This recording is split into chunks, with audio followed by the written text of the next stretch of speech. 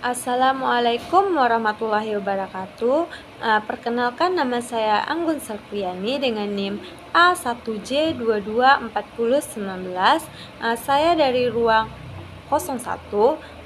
Saya ingin menjelaskan materi tentang konsep penamaan dan pendefinisian dalam kacamata semantik dengan dosen pengampu Ibu Siti Fitriah SSMA. Baiklah, langsung saja pada pembahasan yang sudah saya katakan tadi dengan judul konsep penamaan dan pendefinisian, yaitu terdapat satu, mekanisme penamaan dan pendefinisian dalam bahasa semantik. Sebagai cabang ilmu linguistik yang mempelajari makna, memiliki peran penting dalam menjelaskan mekanisme penamaan dan pendefinisian dalam bahasa. Berikut adalah penjelasan mengenai kedua proses tersebut, yaitu terdapat penamaan. Penamaan itu sendiri adalah proses perlambangan suatu konsep yang mengacu pada referen atau acuan yang berada di luar bahasa. Proses ini sendiri bertujuan untuk memberikan nama sebagai pembeda bagi makhluk, benda, aktivitas, atau peristiwa tertentu. Nama ini berfungsi sebagai label yang memungkinkan manusia mengenali dan berkomunikasi tentang objek atau konsep tersebut. Nah, menurut Charles 2013, penamaan melibatkan pencarian lambang bahasa untuk menggambarkan objek atau konsep dengan memanfaatkan perbendaharaan yang ada. Proses ini dapat terjadi melalui berbagai cara, yaitu seperti peniruan bunyi. Peniruan bunyi ini diambil dari nama yang dihasilkan oleh benda atau makhluk tertentu.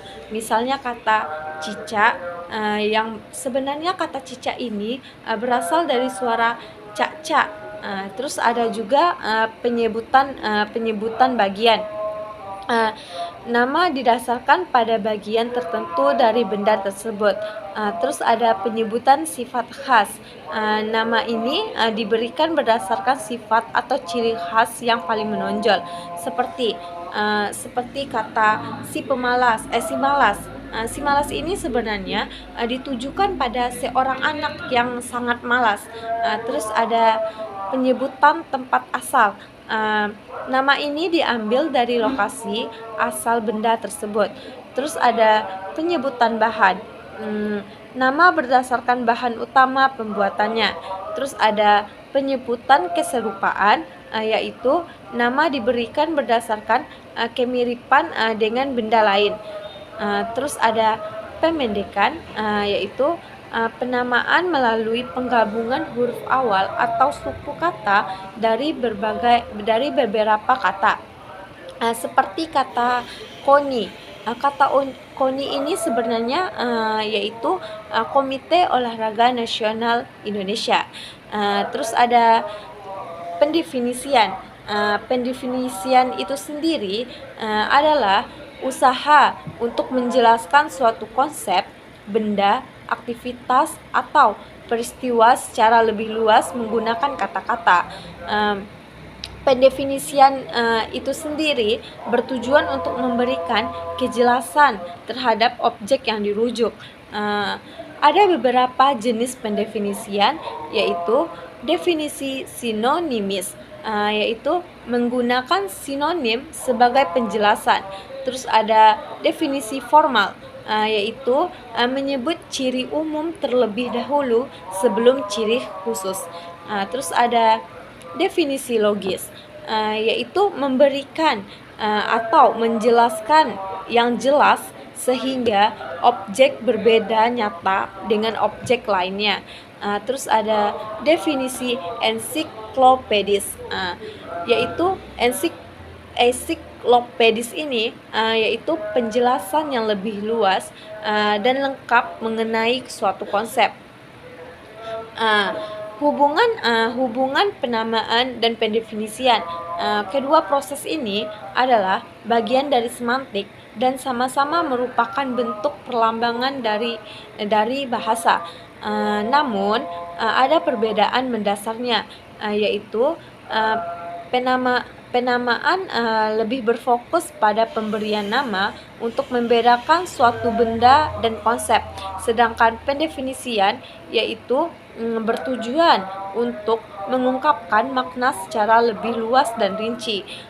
Dengan demikian, semantik ini memberikan kerangka teoritis untuk memahami bagaimana manusia menggunakan bahasa untuk memberikan nama dan mendefinisikan dunia di sekitarnya. Terus dua yaitu faktor-faktor yang mempengaruhi penamaan dan pendefinisian. Satu, budaya dan tradisi. Budaya dan tradisi yaitu terdapat nilai-nilai budaya. Nama dan definisi seringkali mencerminkan nilai-nilai, kepercayaan, dan norma-norma budaya suatu masyarakat. Terus ada sejarah dan warisan. Sejarah dan warisan ini yaitu nama yang dapat diberikan untuk menghormati tokoh sejarah, leluhur, atau peristiwa penting dalam sejarah budaya. Terus ada lagi tradisi keluarga. Dalam tradisi keluarga ini banyak budaya, ada tradisi penamaan yang mengikuti pola tertentu dalam keluarga. Terus ada bahasa. Bahasa itu adalah struktur dan karakteristik bahasa suatu masyarakat yang akan mempengaruhi bagaimana sesuatu dinamai dan didefinisikan. Terus dua yaitu sosial dan politik, yaitu terdapat kekuasaan dan status. Kekuasaan dan status ini yaitu kelompok atau individu yang memiliki kekuasaan atau status yang lebih tinggi. Yang lebih tinggi ini seringkali memiliki pengaruh lebih besar dalam menentukan nama dan definisi. Terus ada lagi ideologi dan politik.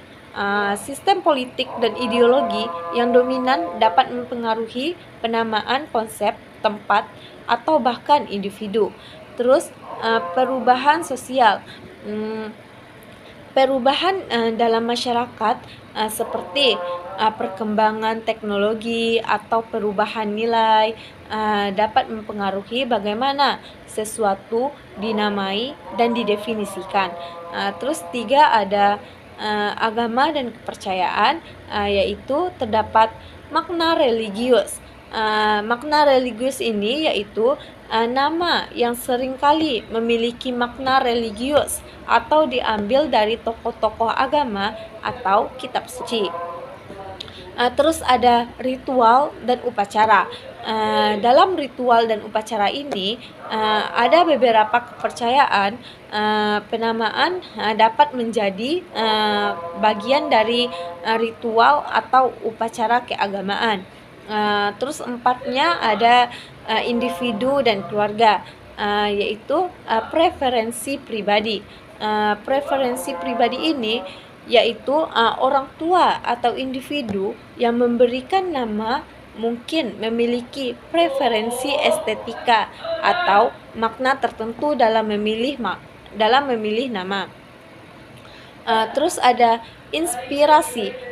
Inspirasi ini yaitu nama yang dapat terinspirasi dari misalnya dari alam atau karakter fiksi, terus atau tokoh yang disukai atau dikagumi oleh seorang orang tuanya. Terus ada keunikan. Dalam keunikan ini mungkin beberapa orang tua berusaha untuk memberikan nama anaknya yang bagus supaya anaknya besar nanti bisa memamerkan namanya dengan memberikan nama yang unik dan berbeda untuk anak-anak mereka. Terus ada perkembangan ilmu pengetahuan dan teknologi, terus ada Penemuan baru, penemuan ilmiah ini dan teknologi baru ini seringkali memerlukan penamaan dan pendefinisian, yaitu pendefinisian konsep, alat atau fenomena baru. Terus ada klasifikasi dan kategorisasi, yaitu ilmu pengetahuan yang berusaha untuk mengklasifikasikan atau mendefinisikan berbagai entitas dan fenomena secara sistematis. Terus enamnya ada bahasa dan komunikasi. Bahasa dan komunikasi ini terdapat etimologi. Etimologi sendiri yaitu asal-usul dan sejarah kata dapat mempengaruhi makna dan definisi suatu istilah. Terus ada semantik. Semantik ini sendiri yaitu makna kata dan bagaimana kata-kata berhubungan satu sama lain yang mempengaruhi definisi. Terus ada konvensi bahasa. Kesepakatan umum ini dapat dalam penggunaan bahasa mempengaruhi bagaimana kata-kata dipahami dan didefinisikan. Terus yang terakhir, terus 7 yaitu konteks. Dalam konteks ini terdapat situasi dan tujuan. Dalam situasi ini konteks di mana suatu nama atau definisi digunakan dapat mempengaruhi interpretasinya. Terus tujuan konteks ini yaitu penamaan atau pendefinisian juga akan mempengaruhi pilihan kata dan maknanya. Terima kasih. Itulah pembahasan materi dari saya. Saya sudahi. Wassalamualaikum warahmatullahi wabarakatuh.